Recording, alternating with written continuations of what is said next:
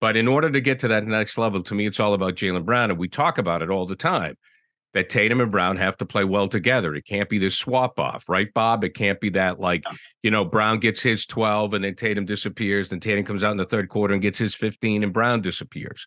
I mean, to me, that is the big assignment. And if Mazzulla can make that happen, I think sky's the limit. The Ryan Goodman and Tanguay podcast is brought to you by FanDuel, the exclusive wagering partner of the CLNS Media Network. Okay, folks, it's that time again. It's time for the Bob, Ryan, Jeff Goodman, Tanguay along for the ride, Zoom and Pod. And we are driven today by the good folks at FanDuel, the official partner of the CLNS Media Network. Snap into action this NFL season with FanDuel, America's #1 sportsbook. Right now, new customers get $200 in bonus bets guaranteed when you place a $5 bet. Guys, we can't wait for the NBA season to start. We all know that. We're looking for things to talk about. And one of the things I think that when you take a peek at the league this year, what I find very interesting is the coaching situation. I mean, a lot of movement. Two sons of previous coaches, have head coaching jobs, JV Bickerstaff and Wes Unseld Jr., and a lot of young kids, too. I mean, young. I mean, the Celtics aren't the only one with a youngster on the team like Joe Mazzulla. So I'll shut up and let's start with that. Your thoughts on the second year for Joe Mazzulla, Bob, heading in? I think that it should be better. And the reason is that he inherited an incredibly difficult circumstance. I mean, a short notice, no one saw it coming, no one. He wasn't thinking about this when he got the job. Here's a guy, his only previous head coaching experience was at Fairmont State 3 years ago. And it was a tough situation. Particularly, he's expected to steer this ship of this team that was a contender and on that. And we don't. And he's establishing relationships that and it's. I like the first thing I liked was the very first person that endorsed him publicly after the announcement was Tatum. So here's his best player coming right up saying, "Oh, I love this. This is going to be great." That's important, and I think that's still going to be the case, and that's fine. But there was questions about the whole timeout thing, which was almost got to be a joke. It was a running joke about him refusing to call times out in a conventional manner that we've all come to see with coaching at every level. And he kind of came around and cooked up with the norm late in the year. I just think my final take, and I'll turn it over to Jeff, is that I trust. I'm a believer because I trust Brad Stevens. I think he's a smart guy. Brad Stevens believed in this guy. And I'm gonna in Brad I trust until further notice, and therefore I extend that courtesy to Joe Mazzulla. Oh, Jeff, we can't hear you, bud. A little technical difficulty. Check the mic. Okay. Better. Hello. Yeah, there we go. Now we're rolling. Go ahead. I would say this: Joe Mazzulla personally probably has more in the line than any other coach this year. Because if you think about it, if Joe Mazzulla, if they don't win and they're 500 at the All-Star break or before, that's probably it for Joe Mazzulla. Probably it, right? He probably doesn't get another chance. And if he somehow gets them to the NBA Finals or wins an NBA title, Joe Mazzulla is good forever. Like he's good, maybe not forever, but he's good in Boston for a while. They'll talk about him, forever here if he brings Banner 18 to Boston, and he'll be set for the rest of his life. Like the first part of this season for Joe Mazzulla, the first 40 games or so are going to be very telling, and they don't matter that much to the Celtics overall, I don't think, but they matter to Joe Mazzulla. And then obviously what he does in the playoffs matters even more. Well, interesting. And of course, technically speaking, I'm harping on how he will use Porzingis. And me and my skepticism on the 3-point shot thing, but he was 3-point dependent last year to an extreme. And now he's got a 7'3" guy who has proven, to my great surprise, that he indeed can post up and score points. And I just think that if he doesn't take use of this resource, I will be upset. And I think they will suffer. I think he's got to use Kristaps Porzingis in a right way, which is to get the most out of him in both ways, inside and outside. Well, to me, the guy that he has to reach is Jaylen Brown. Jaylen Brown needs to elevate. He needs to get to the next level, and somehow, some way, that's, to me, job one. I think Porzingis, with what Bob said, if they execute that, that's X's and O's. That's fine. They'll do that. Tatum is a great player. I mean, he's You're pretty awesome. You're saying the buy-in with Jaylen Brown. The buy-in with Jaylen Brown, but also I think Jaylen's regressed a little bit. I expected more from him. Well, he was good in the regular season. But the regular season, ultimately, nobody gives a shit in Boston right now. Right. The regular season. Right, but that's true. But last year, this team underachieved. I mean, can we all agree? They underachieved. Yeah, they lost to it. They lost. They should not have. They had more talent than Miami. They shouldn't have lost to them. Miami had more guts. I mean, more courage. To me, that's the way I look at it. So, but in order to get to that next level, to me, it's all about Jaylen Brown. And we talk about it all the time, that Tatum and Brown have to play well together. It can't be this swap off, right, Bob? It can't be that, like, Brown gets his 12 and then Tatum disappears. Then Tatum comes out in the third quarter and gets his 15 and Brown disappears. I mean, to me, that is the big assignment. And if Mazzulla can make that happen, I think sky's the limit for this team. I think that is the big question. They got to figure it out, right, the way that Larry and Kevin did, because, right. For example, I get my great example in the famous Dominique shootout day, and Larry had the great fourth quarter. Kevin had a quiet 34, but so that kind of that he got it done. They right. It's Brown. It's wondering how he's going to react to the contract thing. The outside world knows that he is not deserving to be the highest paid player in the league. That is totally circumstantial. At timing, his timing is great. Good for you, guy. You cashed in at the right moment. Because of the your age and the contractual status and fine.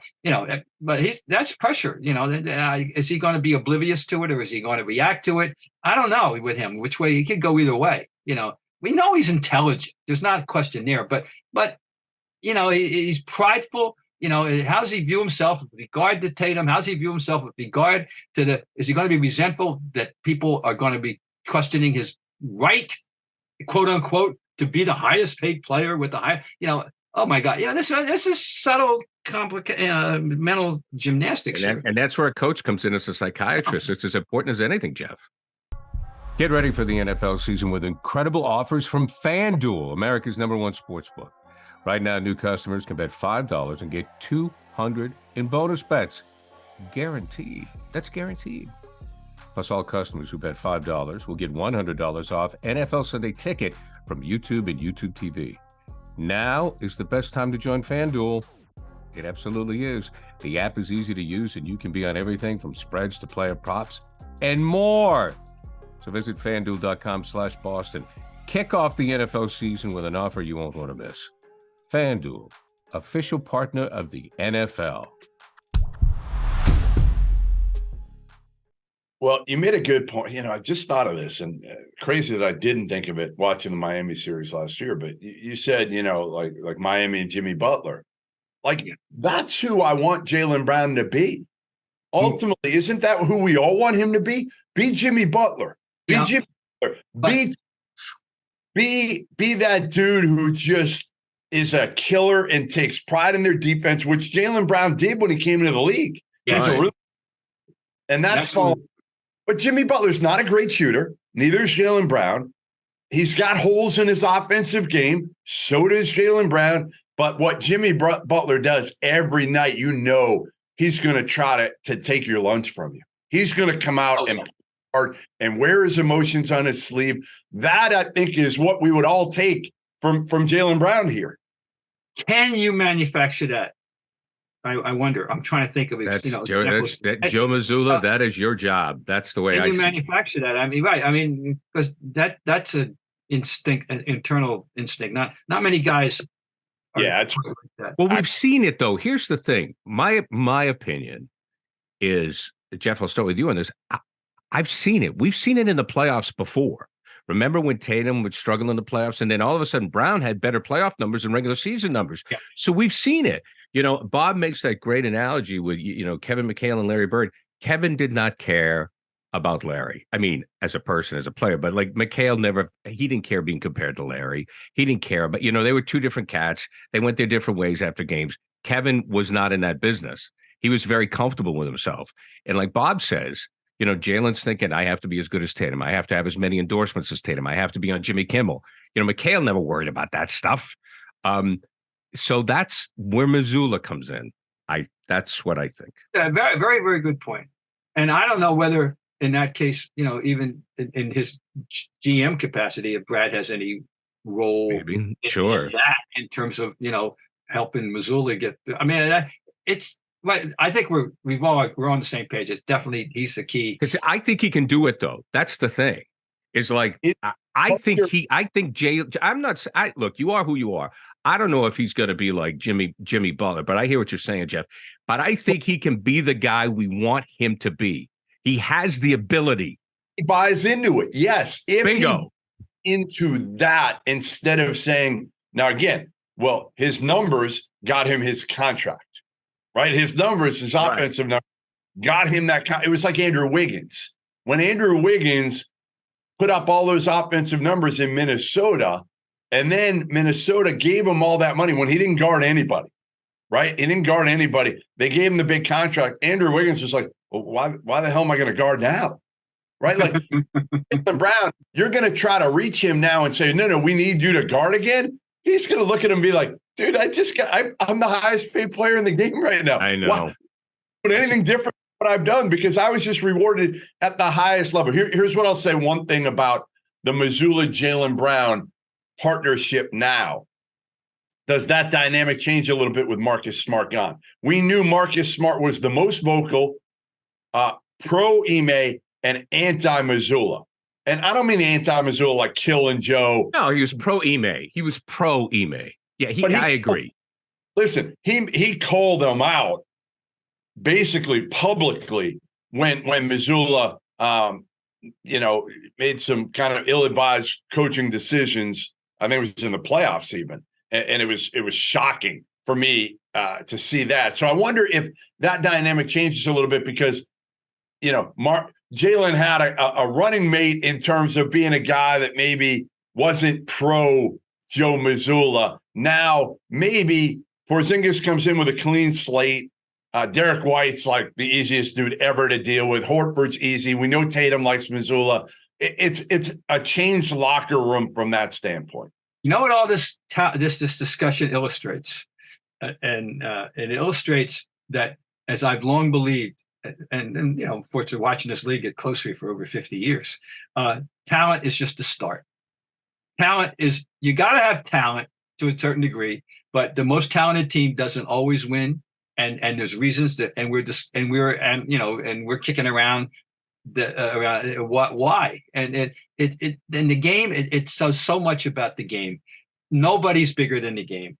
The game is you have to adhere to the principles of the game to get the job done. And the game is simply, as Pete Carrill would have pointed out to us, 5 guys, 1 ball, and then of course there's another end of the floor as well. It's a lot more complex than just raw talent, and we've seen very raw talented teams, go only so far and then collapse and go down in flames. I go as far back as the 76ers, who lost to the lesser talented Portland Trailblazers in 1977 with their star-powered team. Anyway, this is what, and I said this, guy, will you agree with this? Go back to the loss to the Warriors 2 years ago. It wasn't about talent. They didn't need a talent infusion. They had enough talent.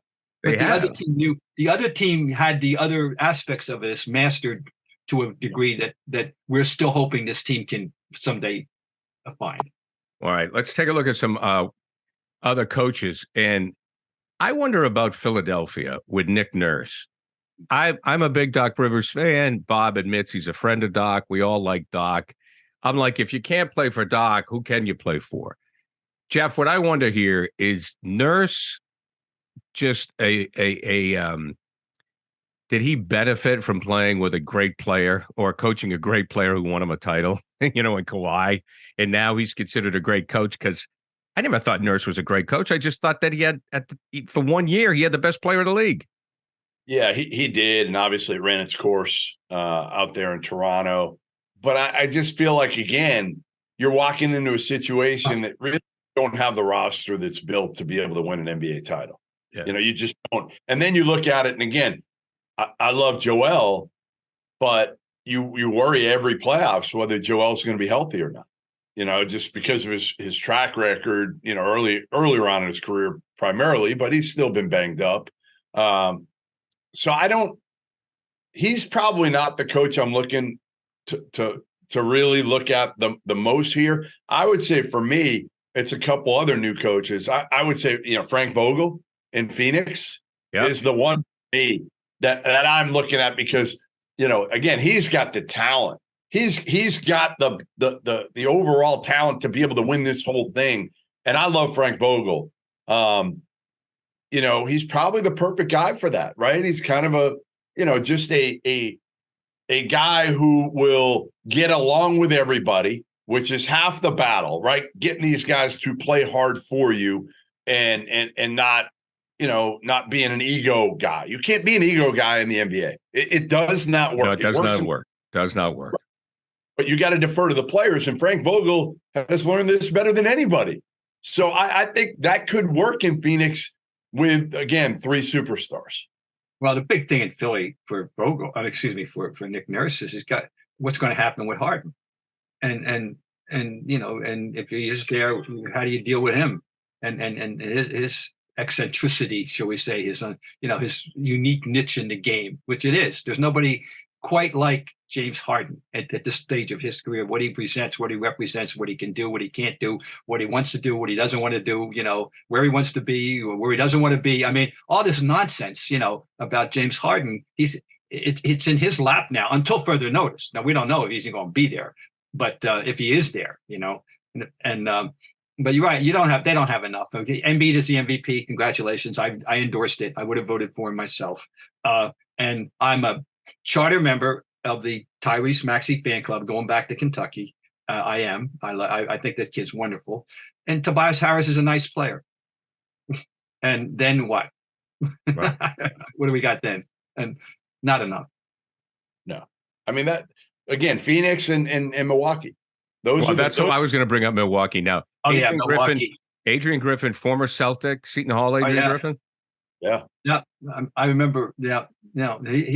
He was fated. He was on that coaching track when he was on the team, really, in those days. So you could tell that was, so he's, we'll see what he can do, but I'm looking forward to seeing how that works out for him because he's paid his proper dues and he was, this is what he was put on this earth to do, I think possibly. And we'll find out. Yeah. Milwaukee has to be, once again, a health for everybody. We always start with that. Yeah. It's always health. Yeah.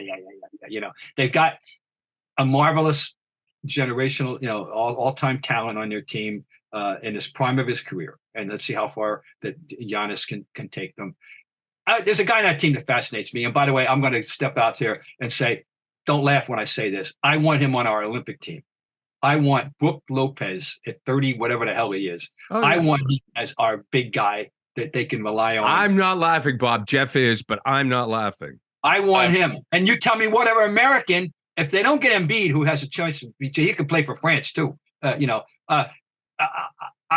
they qualified, I guess they have. I lost track of that. But what other native born American center? Tell me who you want. I don't know. He's going to be 36 by the Olympics. I don't care. He's not playing a full schedule. He's playing an Olympic schedule. All right. He can shoot. What we need. Let's see who he gets through this season first. All right, fine. But I'm saying right now, I know no one. I'm out there. I know I'm out there on this. But I'm telling you, you look at the roster of what our available American-born centers are compared to what the rest of the world's got. And the fact is that I just as soon have Brook Lopez, who can shoot the ball now, who can defend, who's intelligent, who'll get it, and who I would like to think would be thrilled of the possibility of getting a gold medal. I can't believe the guy's still in the league. I mean, which is a tribute to him. Yeah, no, and the greatest reinvention of our time is Brook Lopez. Go back, anybody listening, or you can do it. Go Google, go find out what his 3-point viewpoint was in the beginning of his career and what it has become. And the only way it's become what it's become is sheer hard work that he has put in. Which just goes shows you can work on it. Yeah, I did. Did he take any when he was with the Nets? Did he take a three?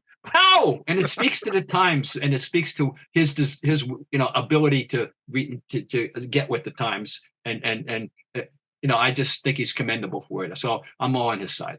Bob, do you have a coach as somebody that you're looking at or wondering about, or is it Griffin? Well, Griffin's interesting. I didn't have anybody necessarily off the top of my head. I have a team that I'm curious about. That I think are they going to, because we've seen all sports teams that tease you, they look like they're going to be the team, and then for some reason they don't, and that's Sacramento. I'm curious of what kind of year they're going to have. I'm going to keep my eye on them as easily as you can from 3,000 miles away. It's not that easy, but I'll do my best. Yeah, but Bob, you've adopted them. Yeah, well, I am. I like the young roster. I like and I like this. I would like that city, to have a second shot. That door was open in the early part of the 20th century. They may have been the victims of one of the worst miscarriages of officiating justice in the history of the league against the Lakers that day, and I'd like to see them have a second shot at it. Jeff, as we wrap up the coaching thing, what about like the kids that don't even shave yet, like Mark Daigneault of Oklahoma City, Will Hardy of the Jazz? Hardy was a Celtic kid, right? Yeah, Hardy was. Yeah, Celtic. I mean, but they're babies now. It reminds me of, it reminds me of the Theo Epstein whole thing with baseball, And what we're seeing it in football. I mean, the coach in Miami, I mean, that kid just got his license for God's sakes, and he's schooling everybody. Are we seeing the same thing in the NBA? Yeah, I mean, it's obviously Daigneault was Sam Presti's handpicked guy. He actually came up. He was like, when I first met him, he was like Billy Donovan's special assistant to the head coach. Right. He coached at Holy Cross as an assistant. Obviously Will Hardy was Danny Ainge's pick there in Utah. Right. New time in Boston and prior. I mean, I think a lot of these guys, you're going for the next young guy. And part of it is, again, you're a guy that as a GM that you're going to be able to work with.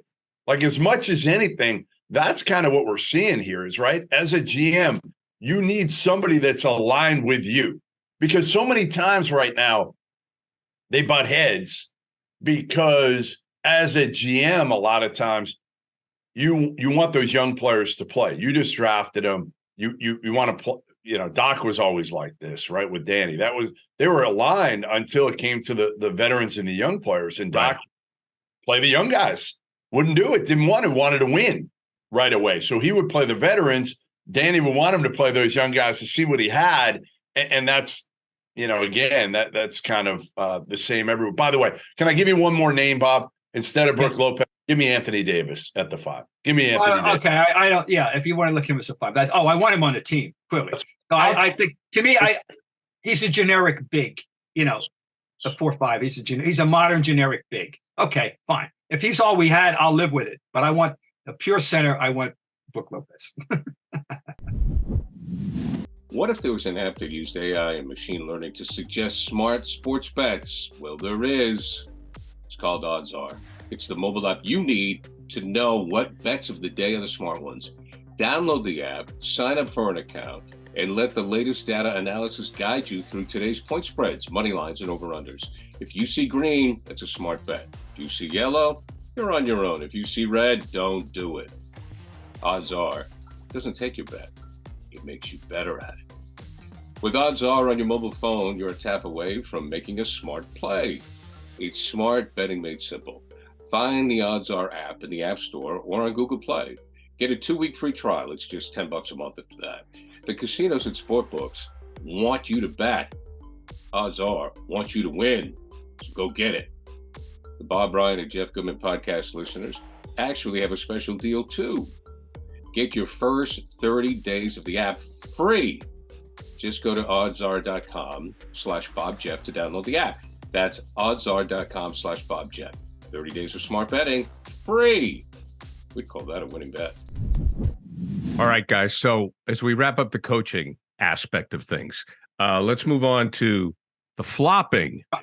Okay, Bob, the flopping. Now you could get a technical. And, there's a lot of players out there who are going to have targets on their back with this. Well, I love the idea that when I saw the story that was explaining it, they cited an example featuring Marcus Smart and with James Harden. And so there you go. Now it is the perfect example, right? Harden with his tricky, as Johnny Most would say, with his tricky dribbling and his great savvy and how to draw fouls and blah, blah, blah, and Marcus Smart, the consummate combination of tough guy and thespian, Yes. Inheriting the role of the great Jerry Sloan, who was the greatest combination of being willing to take a charge from a Mack truck and then being willing to flop against a 10-year-old, and this guy is the modern version of that. So they talked about a play when Harden did the boom, boom, boom, boom, and Harden and flop almost fell backwards 20 feet, and got the call, kind of thing. And they want to eliminate that. And someone else they talked about, I forget who, that they had a little bit of a bump and propelled themselves backwards over the scoring table, so those kind of theatrics they want to eliminate. It's not a big concern of mine. It's not a big, I'm not put off by the whole thing. I think the referee just has an obligation to be intelligent about it. That's all. I think the referees, if they're good enough, they should know. They know who the people are. They know the propensity of the people. They should know, and they should guess right more often than not about whether that was a legitimate offensive foul or a flop. So I think this is personally unnecessary, but obviously I'm in the minority. Or am I? Tell me, what do you think, Jeff? I think, what was the previous deal was more, it was the penalty was a fine, was fines. And now you got technicals. I think they just understand fines, they don't matter to these players right now. So what can you do to change this, to curb it? They're trying something different, which I give them credit for, realizing that the old system, and it wasn't that long, didn't work. Let's try to figure something out here. I'm all for that. I'm all for whatever. You care? Do you care? Does it bother you? Is this act of flopping bother you? Yeah, I don't love it. I don't love it. No, I don't love it, but here's the thing. I think it's one of those rules that they're going to call in the beginning, and then it'll kind of fade away. The one thing I will say about it, as I'm talking to you now, it's going to force a guy to play better defense.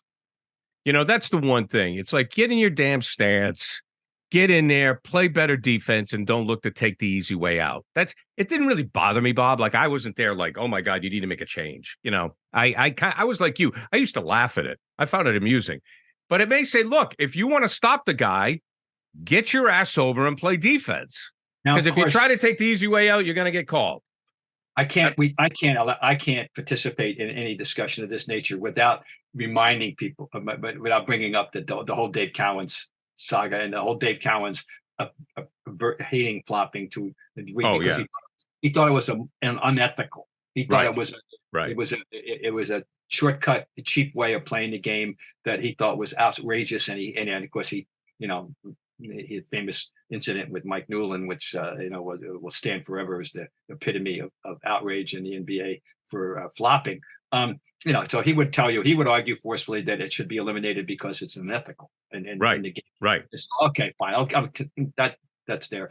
But in terms of, I don't know. I don't put. Yeah, I mean, I never really thought about it, but the only thing I could think, is maybe instead of somebody.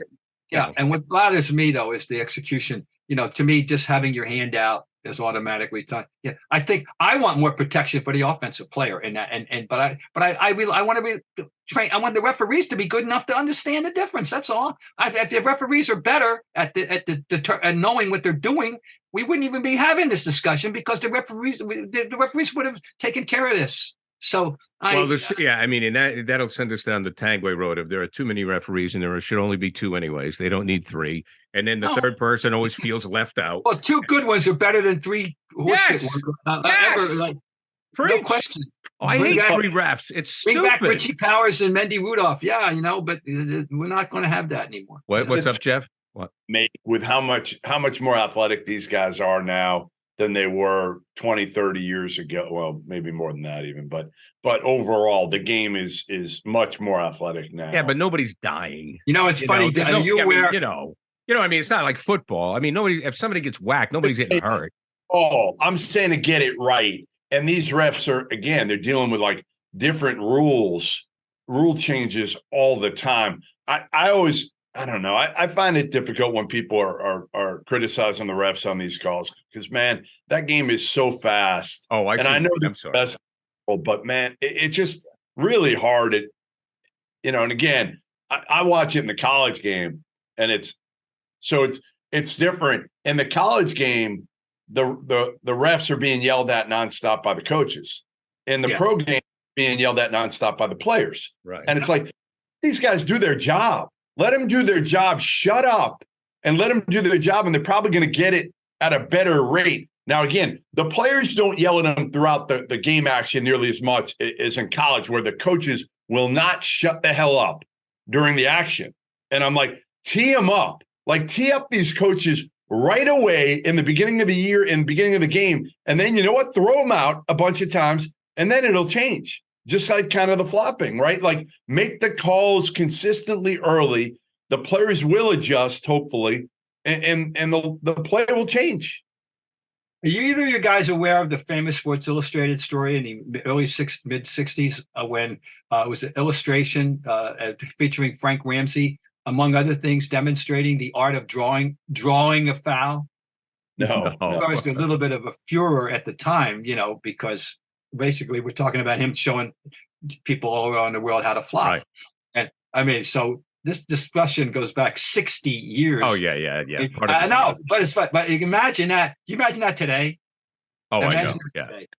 Well, it just couldn't happen, but it did happen, and it was hilarious. So anyway, but what can I say? I still say I'm sorry. I'm resting my case on do your job better, ref. Look, refereeing. We know it's difficult. We know it's very difficult, but it is not impossible. Especially if a referee answers the question of my quiz that they should answer every game at every level, from bitty basketball that still exists, 8-foot basketball, they still do that, and up to the NBA finals. Why am I here?